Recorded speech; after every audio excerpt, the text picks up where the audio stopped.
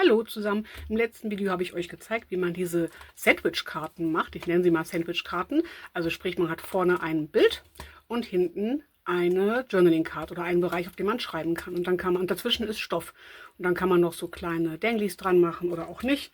Man kann die Karten noch in verschiedenen Formen schneiden. Man muss auch nicht unbedingt nähen. Kann man aber, das hatte ich im letzten Video gezeigt und erklärt. Und jetzt mache ich einfach mal weiter mit diesen Karten. Ich habe gerade nicht viel zu erzählen. Deswegen mache ich das Video einfach mal auf eine höhere Geschwindigkeit und mache euch ein bisschen Musik drauf. Viel Spaß!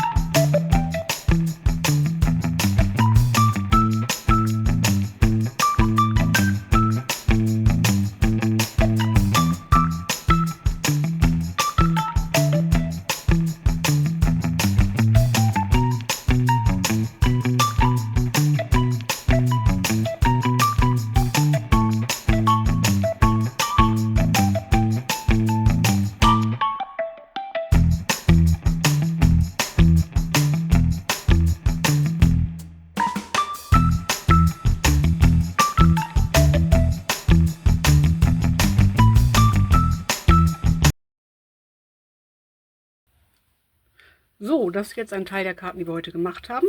Hier zum Beispiel habe ich erst die Rückseite aufgenäht und dann die Vorderseite, sodass man hier noch so eine Unterbrechung hat oder so eine Struktur. Ich finde das ziemlich cool, ich mag das ziemlich gerne. Habe ich nur bei ein paar Karten gemacht. Hier ist ziemlich viel drumherum noch Platz, finde ich auch cool. Gleiche Nähart. Hier bei diesem Stoff habe ich komplett Zickzackstich gewählt. Den werde ich noch ein bisschen beischneiden. Der ist ein bisschen sehr weit. Der ist so sehr flimsy, so sehr dünn und wabbelig. Den werde ich also noch ein bisschen beischneiden. Das Schöne an diesen Karten ist, durch dieses Stoff, der dazwischen gesandwiched ist, dann ist das so, ja, es fühlt sich irgendwie ganz cool an. Das kann man nicht genau beschreiben. Hier kann man so ein bisschen hochliften, aber das finde ich jetzt gar nicht weiter schlimm. Ich finde ja, das ist sehr cool. Das ist die Rückseite. Ja, wie gesagt, den schneide ich noch ein bisschen zurecht. Ich zeige euch mal eben die anderen Stücke, einfach, dass ihr das mal seht, was die Session heute so war. Und da sind noch ein paar, das ist auch viel zu groß, ne? Das schneide ich dann einfach noch ein Stückchen ab. Und hier habe ich erst die Vorderseite aufgenäht und dann die Rückseite. Das heißt, die Naht von der Vorderseite ist dann verdeckt. Grundsätzlich kann man es auch so lassen, wenn man es mag. Mir ist es halt ein bisschen zu weit. Ja, das sind so die Beispiele. Und das war die erste Karte sozusagen. Ich habe ein bisschen rückwärts gearbeitet. Und wir haben noch etliche Karten über. Da werde ich das gleiche machen. Die nähe ich auch einfach da drauf. Das zeige ich euch jetzt nicht. Genau, das werde ich einfach auf Kamera machen, irgendwann die Tage mal, wenn ich Lust habe. Und ja, danke fürs Zuschauen. Ich hoffe, ihr hattet ganz viel Spaß und bis zum nächsten Mal. Bye!